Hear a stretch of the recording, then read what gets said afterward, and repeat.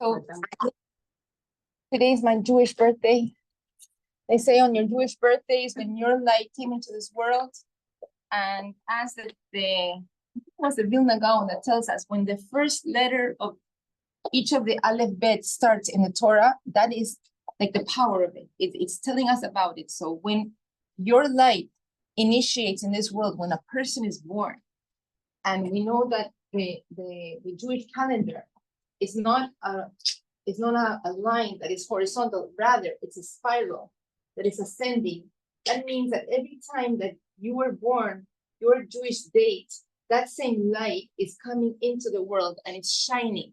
So we know that all the Jews from this parsha, we know that all the Jews have the power to bless each other, but more so on our birthday, like even more. So I will bless. First of all, we have to give recognition and thankfulness and just Hodula Ladonai Kitov, Kilonam Hasdo, because Hashem has made a big miracle, not only for the Jewish people, but for the whole world with this election. And he, against all odds, he has, which to me means something very, very deep, because it means that everything that happens in this world has to have a root source in heaven.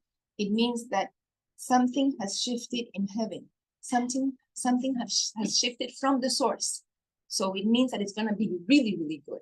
It has manifested itself here, but it means that there has been a shift in the whole cosmos for goodness. And really, we just have to give thankfulness to Hashem for this big miracle. And I feel that more than ever, because as we see what the forces of evil try to do is to silence people's opinions and the cancel culture and not to speak. I think that more than ever, we need to speak. We need to say the truth. And as Tanya says, whoever will understand will understand. But we need to stand up. We're the people of the truth. We're the people of the book. We're the people of light. And we have to be more of what we are.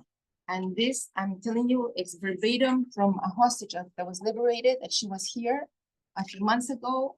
And she said, our only answer to darkness in the world is be more Jewish, be more kind, do more acts of kindness. And this is the parsha of Lech Lecha. This is, when we look at the parsha of the week, and the Rebbe says, live with the times, which means we live with the Jewish horoscope is the parsha of the week. That's what's happening in our horoscope, in our lives. And why do we look at our avot? Why do we look at our patriarchs, our matriarchs? Because we're looking at the family album. And you look at the family album and you say, oh, you have the nose of your grandmother. Oh, the nose of my, you have the eyes of your father. I have the eyes of my father, and you have the smile of your mother, and yeah, because you say, yeah, you took this from that, and you have that from that, and you have their personality, and when we are reading the parsha of our patriarchs, it's everything that they stood for, everything that they opened up a path. A father is a person that opens up like a path in a forest, and a dense forest. For what? For his children to be able to walk that path. So we need to continue. And now I feel that more than ever, we need to be more Jewish. We need to do more Jewish things. And that is really to speak up and to be a light unto the nations. Okay. All right. So this is a new book. I'm telling you, Hashem gave me many, many beautiful presents. Not only the beautiful news that we all woke up on Friday morning, but many, many beautiful presents, I feel. And this is one of them. This is a Tanya for children. This is a copy. I'm trying to get all the books for all of you, because I love children's Torah books. I am about the Shuvah, and the books that I have always learned with and I love are the children's books. And as this is also from Hasidus, in order to bring something that is very, very up, the knowledge of God, and to bring it down to the level of a child, you need a very, very, very high intellect. It says that comedians, in order to make a joke, you have to be very intelligent, because you have to be able to, digest it and succinct it and get that point across to the point that it seems like, oh, it's effortless. It's not really effortless. It takes a lot of effort to write a children's book it has to be very, very well done. So I love children's books, and that's why I choose that we're going to study with this book in this class. I hope you enjoy it as much as I do. Okay, so we're on chapter 14, and the whole Tanya is the book of the Benoni, the book of the middle guy, the person that has eternally a struggle inside, and the struggle is between the animal and the divine soul. What is beautiful about chapter 14 is that it tells us we are all Benoni. So we are all Benoni. This is a beautiful disclosure of the Tanya. So we don't have to wonder in what category we are. But you know, I have my iPad. I can't even get it started. It has a lot of potential. I can't even get the Zoom in. We need to read the manual. We need to maximize it, right? So what good is it? We know amazing stuff is right here, but we need to know how to activate it. And that's what chapter 14 is going to tell us. We are this amazing, we can perform like a Benoni. Chapter 13 has already told us Benoni is a person that is constantly struggling inside and always wins the war. Like always. There's not an off day. There's not a chill day. There's not a moment in the life where the animal gets the best of him. No, he always wins. So how could we imagine ourselves to be in that category? Nevertheless, this is a statement. You are in that category. Now get started. Like now let's get the job. Let's get to work. Okay. All right. So how does 14 start? It says control yourself. Okay. All right. So we're gonna start in the very beginning here. The level of Benoni up top. The level of Benoni is attainable for everyone. Because to be a Benoni, yay, one does not have to despise bad. Only a tzaddik really abhors evil, okay? We don't have to get to that extreme to abhor evil, just that we don't perform evil. Yeah, some of them are not. Okay. Okay. After all, that would be unrealistic expectation for most people to actually abhor evil. Why? Because only the tzaddik that has completely eradicated all ego inside of him and loves Hashem to such an extreme, right? Here, this is the animal soul where the ego is born. And this is the divine soul, where only the agenda of Hashem, that's all it wants, right? So only the tzaddik that has completely eradicated this and is so in love with Hashem. So when you're so in love with Hashem, it elicits the opposite reaction to anything that's going to block you from your loved one. So the tzaddik gets to despise. Like you tell him, okay, eat a cheeseburger, and they're going to say, I don't want to do anything against Hashem, right? But if we're not in that level, then okay, you know what? I can understand how good a cheeseburger is. I'm just not gonna do it because I want to be always in the divine will, whatever Hashem wants. Okay. All right. A person is able to choose to do, speak, and think, even things that are against his heart's desires, and even the complete opposite. So this is the beauty of our Torah. You know, even when we read the Parshiot, they tell us, you know, Moshe lost his temper with the Jews. Moshe had a bad day. King David lusted after Bathsheba. Hashem could have written anything. He could have told us, you know, you Jewish people are perfect. All your ancestors were perfect. You know, this is not reality. It tells us they were not perfect. Nevertheless, you can strive for perfection. What does the saying say? You know, strive for the stars. At least you get very close. At least you're gonna, you know, be looking up. At least you're gonna be this way and not this way, right? So at least it says, at least we can strive to control. And this is as much as the Benoni has to do. It's based on thought, speech, and action. It's not talking about feelings. It's not talking about, oh, what's my instinct? It's not talking about, wait, you know, what am I accustomed to? It's not talking about that, because maybe that will never change in us. But can I change my thought? Yes. Can I change my speech, the way I speak? Can I change my actions, right?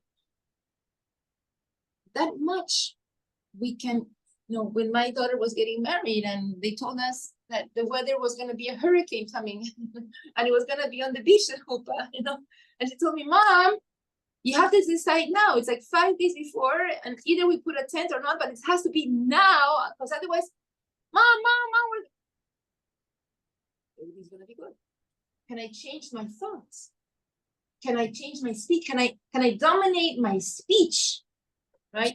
Somewhere inside of me, wait, maybe it's gonna rain. Maybe. Yeah, of course.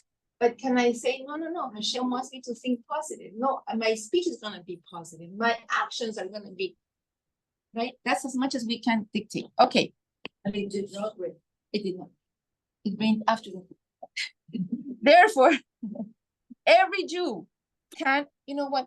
I'm telling you, in this election, I did not want to look at the TV. I didn't want to hear a commentary. I went to sleep. I'm going to sleep. It's going to be good. It's going to be great. I'm going to go to sleep. And I woke up and my husband gave me this beautiful message. Thank you, Hashem. Thank you, Hashem. Thank you, Hashem. That's it. Okay. Although it may not be easy, each of us always has a choice, whether to sing certain things or choose other ones, to say certain words or say different ones, to do certain actions or do others.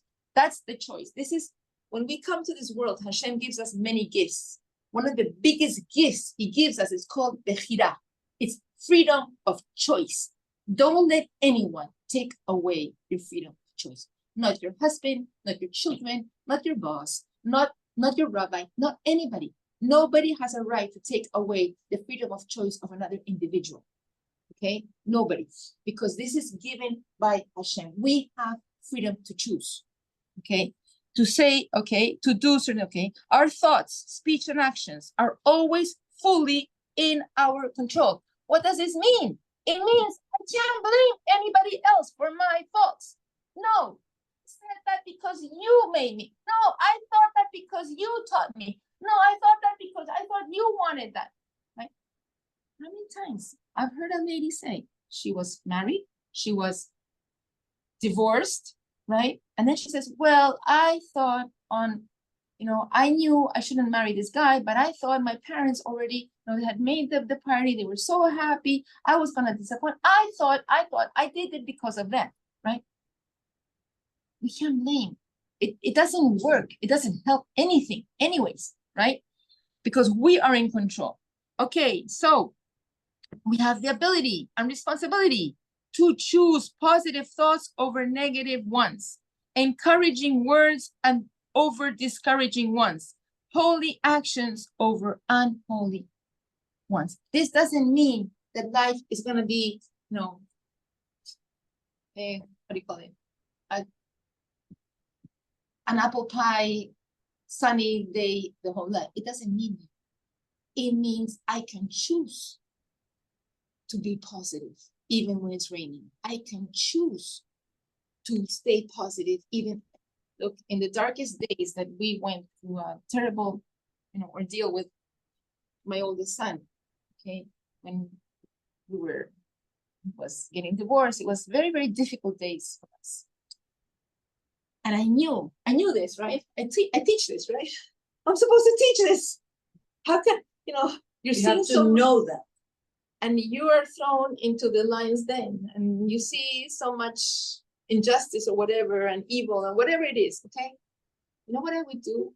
I would come home from the courtroom and I would put loud, blasting Latin music in my ears. You know why? I didn't want to think. I did not want to go to a dark place. I didn't want to think about bad thoughts. I wanted to stay positive. I wanted to drown out whatever this animal was going to tell me. I didn't want to hear it. I knew that it was not like whatever's going to happen is going to happen, but I should stay positive. And in life, we need to do that. We need to do that. You know, it could be many, many things that come our way. May Hashem not test us, but the 10 tests of Abraham, the Rizal says, those are the tests that we all have, even sometimes every day. And we can control whatever it takes in the permissive. Vivian, you know, can I add something? Once I had a class of Rebbetzin Lipskar, and she said that positive things fight Yetzer Hara, because as much as we think positive, as much as we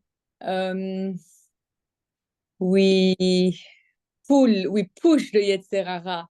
And this is also something I read later, that our enemy, the Arabs, this is what they hate the most, because they know we stay positive, and they don't know how we can stay positive even those days. And this, the simcha we have in our Torah and in our culture, this is the thing. The Arab, they are so jealous about it because they hate it.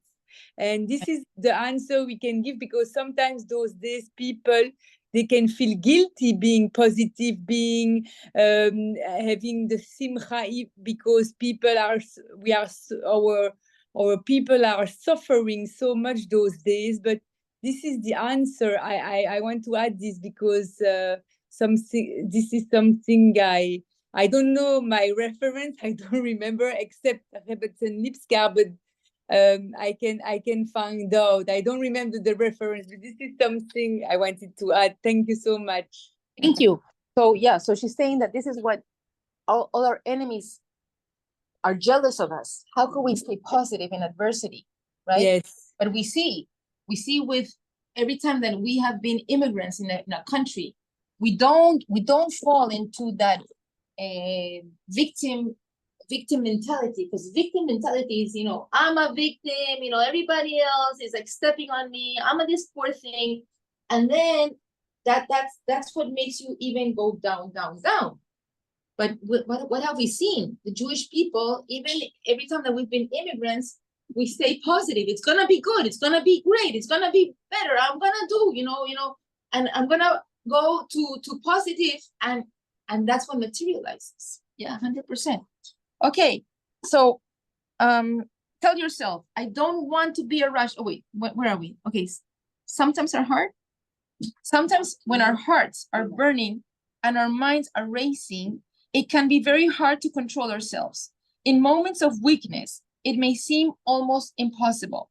For these moments of weakness, there is a remedy. Talk to yourself. I had a student in class on Tuesday. She told me she's wearing a purple elastic, you know, and she says every time a negative thought comes into her brain, she goes like this. Remember to stay positive. And this is all we can do, because we have to understand, thought in Tanya is not the first thought. That first thought is going to happen. If I choose to let it in and mature that thought, that's called thought. So when that first thought comes in, we can tell ourselves, you know what? I'm not going to go into negativity. And I have done that this week a lot. You know, every time that a commercial would come for the voting, and I'm not going to even think about it. I'm not going to let myself there, right?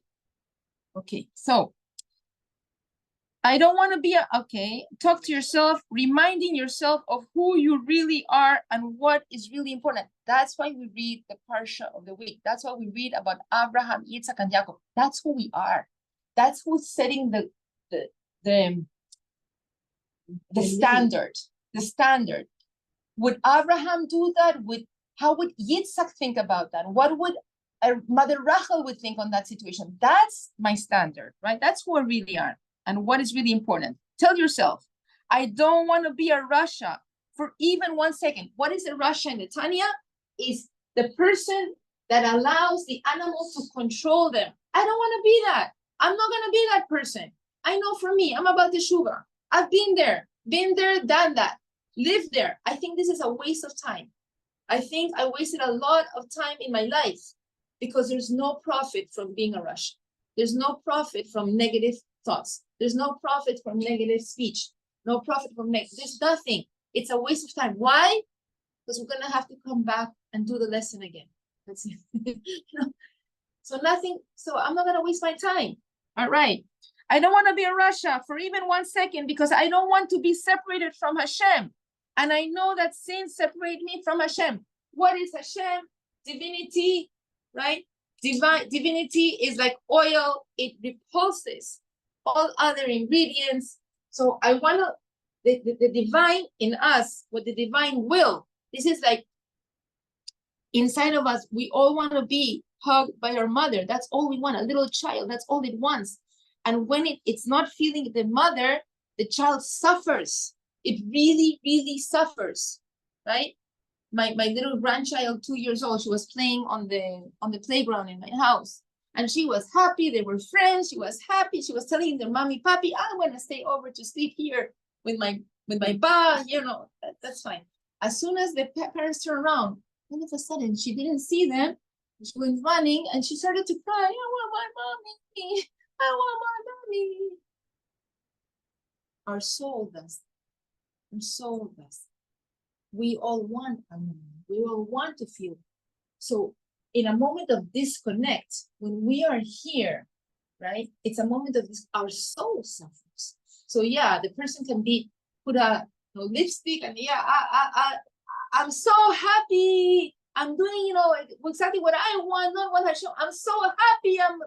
It's not true. Don't believe it. Don't believe it because their soul inside is suffering, right? Okay, I just want to be close to Hashem.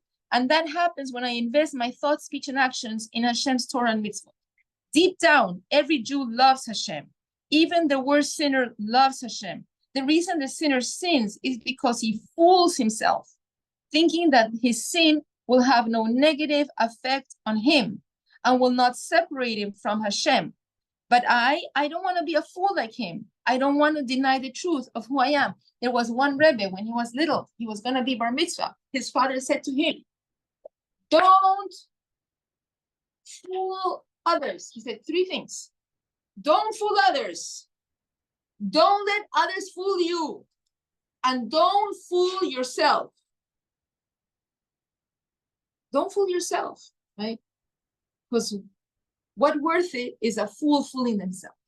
So what happens when we listen to the animal is that we're fooling ourselves because sins do separate us from Hashem. My father, Alav Shalom, the way that he educated us was he never raised his voice. He never lost his temper. If something wasn't in accordance to the right way, he would just get up and leave the room. Not just calmly, just leave the room. That was the worst thing that could happen. No. That was such a slap in the face. No, Why? because when they are mad, yeah, it's terrible. Oh, it's terrible. Yeah, but in psychology, there's even negative reinforcement. So even when a person is mad, but they're actively mad and they're still engaging. But when a person leaves, this is disengagement. Mm-hmm. And this is like, we got the point. It was like, our soul is like that. We don't want to be separated, not even for a second. Okay, so, okay, I am a Jew. What's really important to me is being close to Hashem and fulfilling my mission in this world. What I absolutely cannot tolerate is anything that will jeopardize that. The key to exercising self-control is reminding ourselves of who we really are. Zachor, we need to remember. That's why we read the Parsha over and over every year. We're looking at the family album every year. Now they have those. I got one for Mother's Day. I haven't installed it yet. But those what do you call it? Those like electronic albums. Yeah, they're amazing. And they remind you, oh yeah, that's my family. This is my friend. These are the good times, right? and you constantly see them, and all of a sudden you're transported to those same things that you had in those moments, right? So to us, we need to remember constantly who I am. And more so in this world where everything outside of an outside society has a completely different value system than us, than the Torah value, right? For us, Torah value is truth, is humility, is doing the right thing, is helping another person, right? And in society, it's what? Not humble. If you have it, flaunt it, right? Show it. And who is really successful? The one that is, you know, I don't know how many zeros in the bank they have, and stepping on whoever, and it doesn't matter. And, you know, there was once in one of the Super Bowls, one of the, it was the Jackson singer. Super Bowl. It's a family day, children. And what did she had the honor of being the singer there. What did she do on TV? On what did she do? So good. Like this is completely against all our values. And when that is what, you know, imagine this is like praising this woman. It was horrible. And the standards that they have for women today, you know, like this Taylor Swift. You know, I saw her one day, like, TV, whatever. He said, this is what people are praising, like this manly paying woman. $2,000 Huh? to one singer. How much? Pay 2,000 was the cheapest. You know, it's so sad. To me, it's sad because what is she teaching? What is she portraying? A woman that is decadent, that is manly, that is harsh, that is, you know, her moves are. This is the pillar of what a woman is. You know, look what Sarah, our matriarch, what are her values, right? Kindness, hospitality, modesty, right? This thinking about family values, protecting the family. It's complete opposite. So we have to remember who we are, right? I don't want to deny the truth of who I am. I'm a Jew. What's really important to me is being close to Hashem, fulfilling my mission in this world. What I absolutely cannot tolerate is anything that will jeopardize that. The key to exercising self-control is, okay, we read that. A Jew with a mission from Hashem, and what we really care about, being close to Hashem and fulfilling his plan. These reminders enable every one of us to be a Benoni in thought, speech, and action at any moment. Okay, we're gonna leave it there, okay? And I'm gonna go into the Jewish letters. Our second part of this You class. say don't fool others, don't fool yourself, and don't fool. No, don't fool others. Don't let others fool you. And don't fool yourself. And I think it ends, because what is the use of fooling a fool? That's how we end. Okay, so we are in our Jewish letters, in our Hebrew letters. And the last class or the last level. is it? I think it is, no? It may be. So here we are, and I'm gonna tell you something that my son said last night. Very interesting. The great Torah that he heard on Shabbat. That the parashiot are, first is Bereshit, is the birth of the world, and then comes Noach. That first is the birth of the world, and then there's Noach. It's like the inwardness, like the nach, the going into yourself, the resting, the fulfilling yourself, to build yourself up, and then comes Lech Lecha, is the going out of the Jew, right? And I was thinking that is exactly the Aleph Bet, because Aleph is the birth, everything comes from God, right? This is the birth, the connection of heaven and earth through the Torah. Bet is the bait, is the home, is the nurturing, and the Gimel is the Gibor, once you're nurtured and you have all your values from your home, now you go out into the world. This is the shape of the boot, the person that's going out into the world to impart. Now it's lessons. So it was like, and you can see that in the first three parashiot, right? The Bereshit, Noah, and then the Lech Lecha is now you go out into this world, because the Dalet represents the receiver, represents the poor person, and now the wealthy person, and could be wealthy in knowledge, wealthy in whatever, is giving to somebody that doesn't have. Okay, and that's why the Dalet is also the door, because you have to, the poor person comes knocking at the door, but they're also looking away from the giver, so not to be ashamed. And then the Hey, which is built up of the Dalet, and the Yud is the little foot of the giver.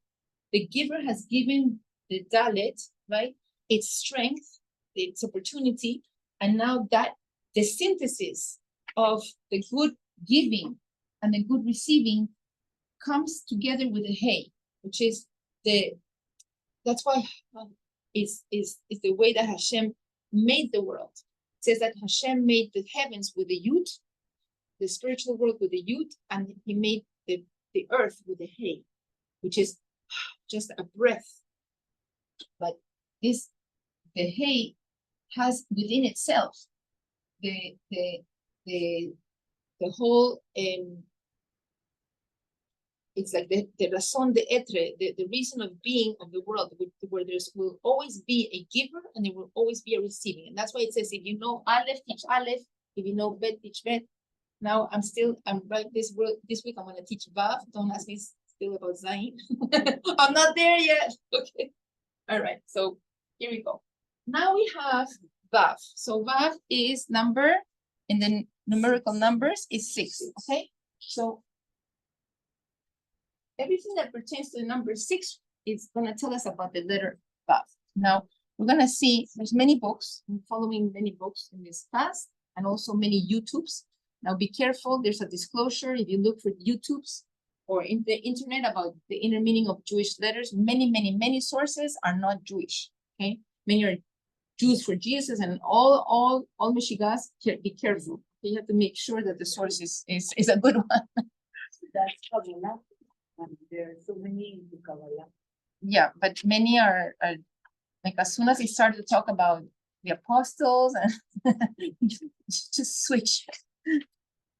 Okay, so first we can see, we can look at the number, and the number 6. What is 6? We know that Hashem created the world in 6 days. So 6 days means completion. There's, to write it down, it's completion of what? Completion of the material, right? Of this world. Huh? Of creation. Okay. And if we can also see, we can see that, it was 600,000 souls that came out from Mitzrayim. We were complete as a people, and then we had to leave Mitzrayim. We're talking about men 20 to age 40, and so 6 is the 6 days of creation. 6 also is everything in this world has 6 sides. Okay, if we're in a room, it has the front, the back, the sides, and then it has top and bottom. So everything in creation has 6 sides. The clouds of glory that protected us in the desert from Egypt, right? It had top also 6 sides, from the sun, from the elements, from the wind, from arrows, from dangerous animals. So 6 represents a whole. Yes, a whole. Okay. Go a little bit deeper. Okay, our sages say in 6 days Hashem made the world, and then it was what? Then it's gonna go into Shabbat, right? Into Zayin, into number 7, into Shabbat. Shabbat is already, and the Talmud says Shabbat is 1 in 60th. Interesting. The number 6 again appears. A taste of the world to come. Okay, a taste of paradise in this world. Okay, so 6 is the completeness of this physical world, and 7 is already a taste of the next world in this world. Okay, but if we go a little bit deeper, it says, for Hashem, one day is how many years? 1,000 years, right? 1,000 years. How do we know that? Hashem said to Adam, on the day that you eat from that tree, you will die. Adam ate from the tree, then he was born on the Vav, on the 6th day of creation. He was born on Shabbat, on Friday. This is Friday, because each day we can see as one day of the week. Okay, this is Friday. He was born 3 hours before Shabbat, and he ate from the tree that day. And anyways, how many years did Adam live? 100? No. 930 years, right? Why? Because it says that Adam, when he was born, he saw, because he could see with that light, special light that Hashem had created that day, that there was a soul that was gonna be born, the soul of King David, right? And that soul was going to die that same day that he was going to be born. So he gave King David 70 years of his life. Okay, so from here we see, now what does it mean to us? It means that if in 6 days Hashem created the world and then it was Shabbat, that this world as we know it is going to last 6,000 years. Yes. Okay, You're close. on which is the Hebrew calendar year that we're now living? 5,800, no, 84? 785. 85. So how many years are we left on this? Left? Yeah. Like 200 and something. And 215 years. 215 years, we are left with the world as it is. And then Shabbat, the Messianic age is gonna come. So and they even say more, because if it's Friday and there's only 215 years left for this, we are somewhere, if we divide Friday, okay, the 24 hours of Friday into 1,000 years, we're somewhere in Friday noontime. We're like, when you call a friend on Friday afternoon, what do you say? How do you greet each other? How do you say Shabbat Shalom? We're already like trying, we're already tasting. That's why we're already tasting, and that's why I'm telling you what happened. Huh? Then Thursday night, we are already saying Shabbat Shalom. Well, Thursday night is already Friday, right? So we're already saying Shabbat Shalom, okay? But it says that we can bring in Shabbat early. One more mitzvah, we can light our Shabbat candles early, right? So we're trying to bring in, but also look at life. How is life Friday afternoon for you? I have to do this, and I have to do that, and I have to do that. Hasn't life become that way? Hasn't life become like that? Because we are living really here, okay? But that's why I'm telling you, something has changed. It's gonna be really, really good. Okay. All right. So, okay. We can also decipher our letters through their shape. So what is the shape of the Vav? And when you go into a Home Depot,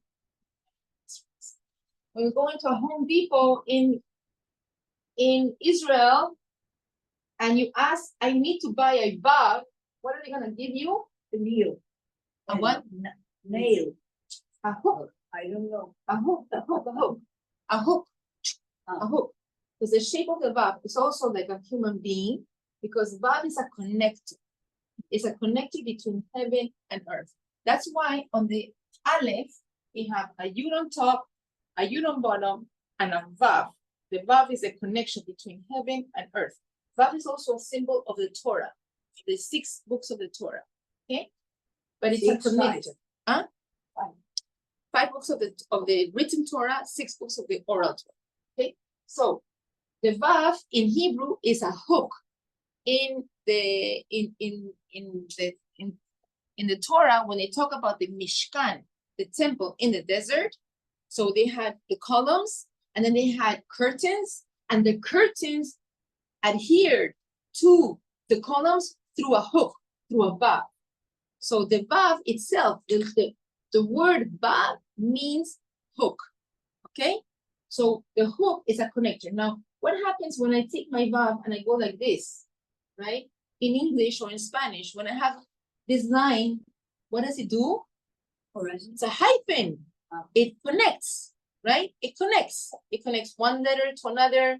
If I'm writing a letter and I don't have enough space, I put a hyphen. It connects one place to another. In the Torah, a Vav in front is also a connection. In the Parashiot, it says there are 53 parshas in the Torah. 43 of them start with the letter Vav, which means whatever I'm going to tell you now, it's connected to the parsha preceding. When we have the parsha of Yitro, Yitro is the giving of the Torah, and then comes Mishpatim, that's all the civil laws, but it says Ve'ele HaMishpatim. These are the laws, which means that these laws that sound so civil are connected to the giving of the Torah because they were given to us also on Mount Sinai. Okay, so everything is connected also in the Tanya. There's 53 chapters, 43 of them start with the letter Vav. They say the other 10 that are left over, they represent the 10 commandments that are sui generis. They're on a category of their own. So it's always a connection. Okay, all right.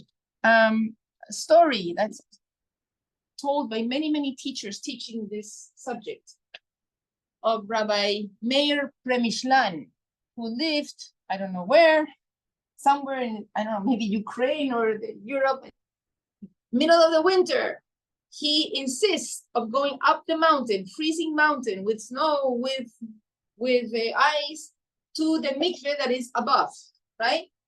And he walks, old man, going up, and doesn't slip and comes down. So one day, some boys want to make fun of him, right? Say, if he can do it, we can do it. And they go behind him, right?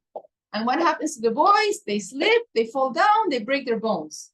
Rabbi Meir Premishlan comes to visit them, right? The mitzvah of Bikur Holim, visiting a sick. And the boys say to him, I'm so sorry, we're so sorry, we were making fun of you, but tell us your trick. How do you do it? How do you go up the mountain every day in these terrible conditions and you don't slip and you don't fall? What does Rabbi Meir Premishlan says? When a Jew is connected on high, he doesn't fall below.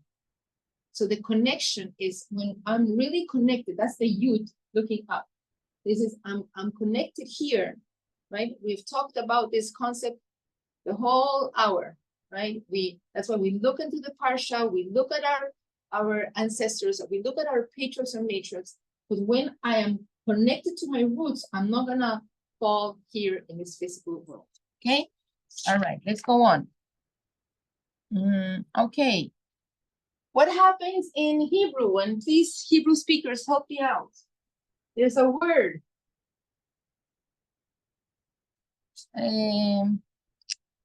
Daber. If you put daber, right? Daber. How do you translate daber? To speak? Speak in the present? Present. Okay, it's imperative. What happens when I put a vav in front? By daber. What happens? It'll come into? They tell you. Into? And he spoke. See. In the past, Yes. right? And he spoke, yeah, in the future, on the past. Okay, what happens when I have the word yehi, haya? Or which word? Past. Haya. Haya is? Huh? Was. Haya was? Haya was, past. What happens when I put a vav? Or I pick up in he. What do we read? And he will. The connector, when we put a vav in front, it has the power to change from past to present. and from present to past. Why?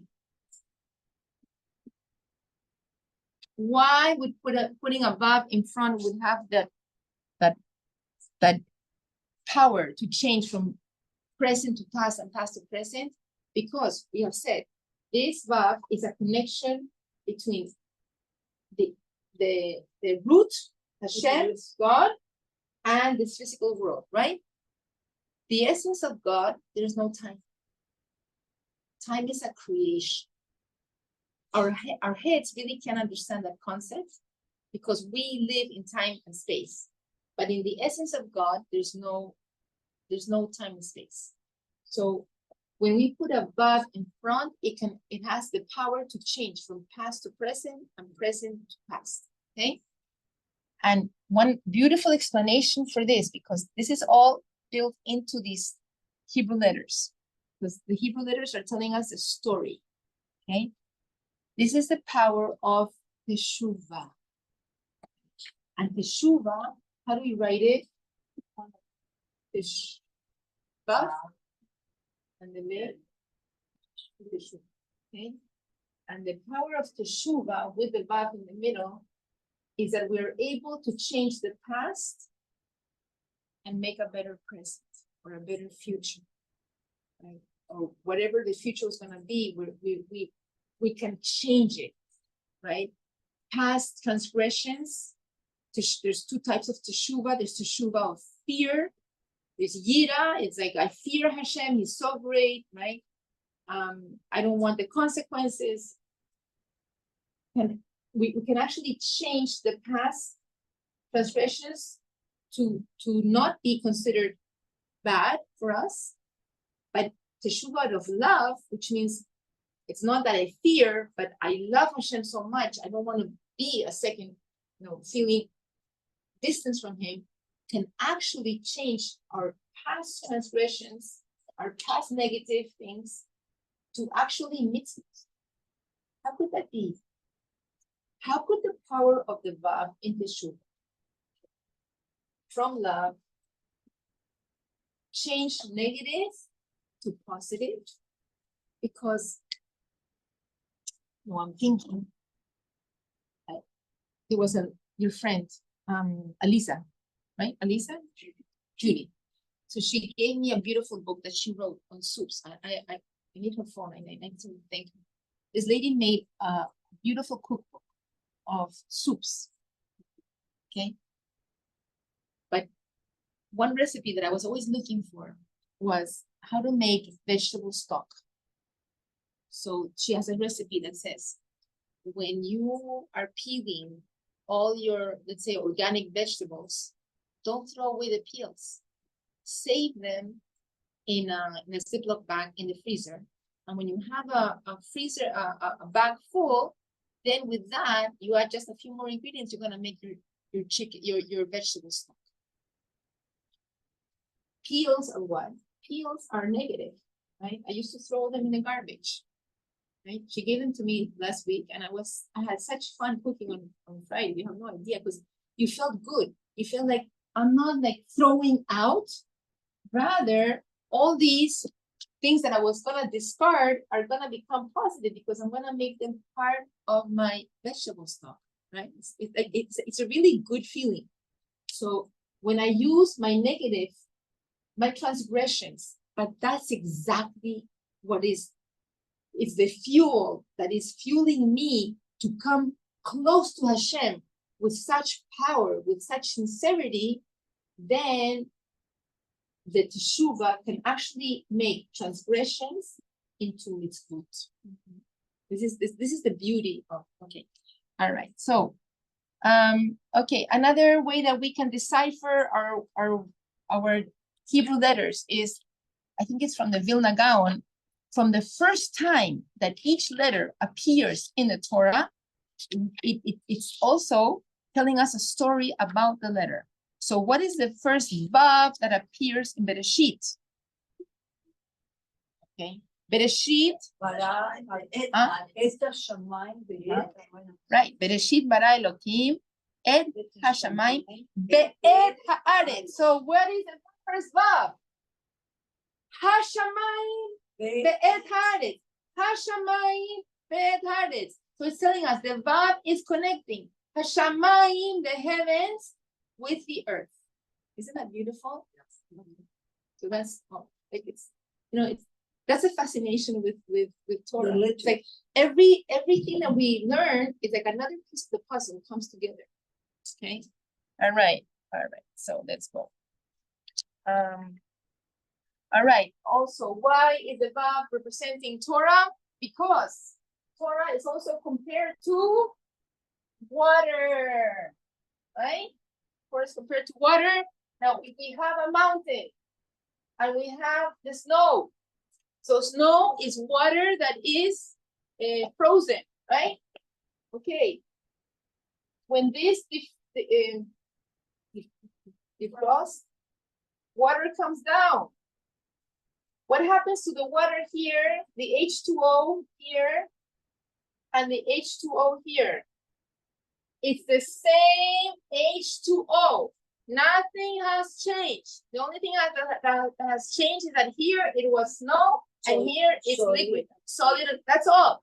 But it's the same snow. That's why the Vav represents Torah, because the same Torah that is up in Shamayim is the same Torah that we're receiving it here. In the world, physicality, there has been a lot of change to it, because Hashem had to contract his essence in order to make a body, in order to make material, in order to make a person, in order to make a son, because there's a contraction. It contracts it, but not so with Torah. Torah is Hashem's will, the same as in the essence and the same as in the body. Okay. All right. So book. Okay. All right. One more thing. Oh, two more things. That's beautiful. All right.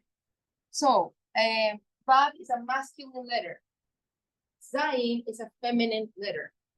Okay. Because Vav is, as we said, it's starting from the essence and then it's giving. It's giving like a man that is giving seed. It's giving of itself. It's compared to the cup. When Hashem creates the world, okay?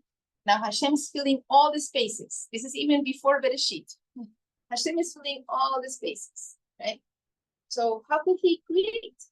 Right? He's a creator. He wants people. He wants a world. So he has to contract. He contracts himself in order to make space, so to speak, for creation to exist. And then there's a cup. There is a line of light that comes from Hashem. This line is containing everything of his essence. From here are going to be derived the 10 sefirot, the 10 powers of creation. But first, it's a line. Okay, like when they speak about the Big Bang, okay, this is what they're talking about. Okay, because it's like he has contracted, but then there's the cup, the line. The Vav represents that line. Okay, so it's the masculine energy. Now we're gonna see with Zayin, the only thing I know about Zayin this week is that this is the feminine energy. Why? Because it contains the Vav, it contains this coming in, but then like a woman that's receiving seed, and then it's going to give a baby. So when we receive from Hashem, and then we do mitzvot with it, we transform, then we're retracting that energy, and that's what creates the crown. That's what creates the light. Okay, so this is for those that you like that like this, the depth. This is ratzo, which is running to do Hashem's will, and this is shuf, the power of returning that. It's going back to its essence. Okay, so one more thing about the Vav that is one of my favorite things. Okay, is that in the Torah, oftentimes there's a Vav put in a name, and there's a Vav that is the same name is written without that Vav, and it's telling us something. Remember, Torah, as we have said, it's like they're giving us the rule of the game. They're telling us the rule of life. So when I was in university, I always wanted to study law. Okay, I studied 1 year of law in Colombia. I said, this is not for me. Now when I study Torah, I feel like now I'm really studying the law. They're telling us the rules of life. Okay. Remember, the Vav is Torah. When we read the story of Ephron, so right now we're in Lech Lecha, right? So Abraham and Sarah, and then next week is gonna be the parsha of Sarah, right? Where our matriarch dies, and Abraham goes to look for a place to bury Sarah, right? Where is he gonna go? In Hebron. Hebron, the Machpelah. He wants to go, right, the cave of Machpelah. And who owns the cave of Machpelah? Ephron, right? So Ephron, read it. This part has always fascinated me in the Torah, and it's oftentimes that it's not next parsha, it's in 2 weeks. Okay, sorry, it's Hayasat. Okay. Hayasat. Okay, so Ephron, so Ephron is written like this. The ayin. Okay, I'm just going to do the block. And the yud. You know the Vav. The Vav. Okay, this is how it's written many times. It's talking about Ephron. He's the owner of this field. He wants to negotiate with Abraham. Abraham says, I want the field to bury Sarah. And Ephron first says, oh, my Lord, please, it's yours. I give it to you for free. But our patriarch Abraham does not want a gift. Why doesn't he want a gift? Because when a person has a gift, what happens? Every time you look at the gift, what do you remember? Remember the person that gave you the gift. Because spiritually, that gift is still attached to that person. So he wants to make sure that he's cutting all strings attached to Ephron, right? Because Ephron is not a really good guy, okay? So he wants to pay for it. What happens when you pay for something? It's yours. Okay. So then he says, no, I insist, I want to pay for it. Now, Ephron says to him, no, my Lord. Okay. Okay, I have given you the field. And okay. And Ephron replied, still with Ephron again, with the Vav, replied, okay, land worth 400 silver shekels between me and you. What is it? And bury your dead. 400 silver shekels. They weren't normal shekels. They were like extra refined shekels. They were like 400 million shekels. Like big money.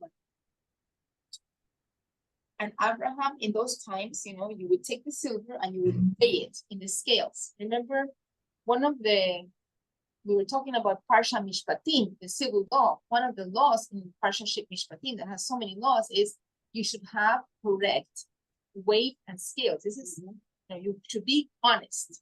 Okay. What happens when Abraham starts to weigh the silver on, now they're going to write the word Ephron, okay? Abraham hit Ephron, 16, 1 second, Vaishma Abraham el Ephron, le Ephron. Okay, and here, and Abraham Ephron with a Vav. Then he starts to give the money, and then the Torah takes away the Vav in Ephron. Why? Takes away the Vav. Remember, we were speaking about the animal soul and the sea. Because Ephron starts to steal. Our patriarch is putting the silver on the weight scale, and Ephron starts to steal, right? He starts to steal. He undermines. Like maybe he has wrong weight scales, but he starts to steal. So because he starts to steal, it's like the Torah values are taken from his name. And all of this, the Torah is telling us just by taking out one letter. Isn't that incredible? And that's also thinking. As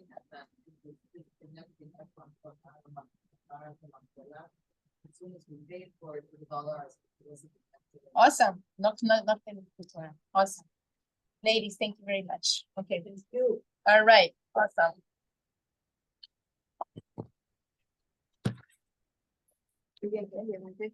Thank you, Vivian. Yo lo guardé. If you're gonna read it, fine, si no me lo dejan. Yo voy a seguir viendo. Okay, okay. Lo voy a volver, lo voy a pegar. Yo sé que no te vas a recordar, pero hay una clase aquí que necesito la firma de cuando me hagas de viaje. Los demás no. Okay. Happy, happy. Thank you. Ah, ya,